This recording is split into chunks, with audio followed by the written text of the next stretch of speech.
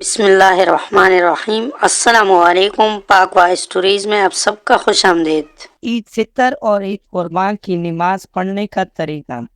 مسئلہ 1872۔ عید فطر اور عید قربان کی نماز 2 رکعت ہیں۔ اس طرح سے کہ نماز کی شروع میں تکبیر الحرام کہیں اور ہر رکعت میں حمد و سورت پڑھنے کے بعد چند تکبیریں کرنی جائے گی اور تکبیروں کے درمیان قنوت پڑھا جائے گا۔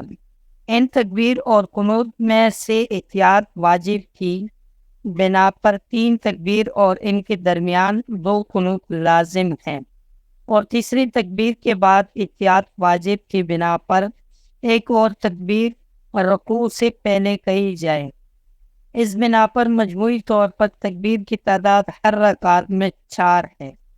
اگرچہ بہتر ہے پہلی رکعت میں 5 تکبیر اور ان کے درمیان 4 قنوت، اور دوسری رکعت میں 4 تکبیر اور ان کے درمیان 3 قنوت پڑھا جائے، اور اس صورت میں تکبیروں اور قنوتوں کے علاوہ ایک اور تکبیر رکوع سے پہلے کہنا احتیاط کی بنا پر لازم ہے۔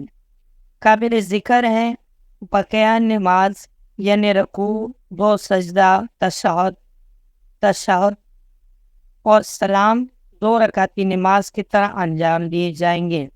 مسئلہ 1873۔ نماز عید فطر اور قربانی کی قنوت میں جو بھی دعا یا ذکر پڑھیں کافی ہے۔ مسئلہ 1874۔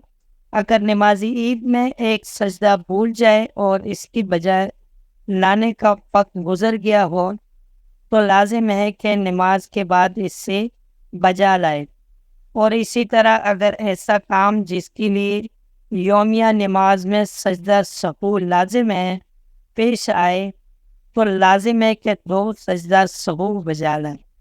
مسئلہ 1875۔ اگر نماز گزار نماز عید کی تکبیر یا قنوت کی تعداد میں شک کریں تو اگر اس کا محل گزر گیا ہے تو اپنے شک کی پرواہ نہ کریں، لیکن اگر محل میں ہے تو کم پر بنا رکھیں، چنانچہ بعد میں معلوم ہو کہ تکبیر یا قنوت میں اضافہ کیا ہے تو اس کی نماز باطل نہیں ہوگی۔ دوستو، آج کی ویڈیو آپ کو کیسی لگی؟ امید ہے کہ ویڈیو پسند آئی ہوگی۔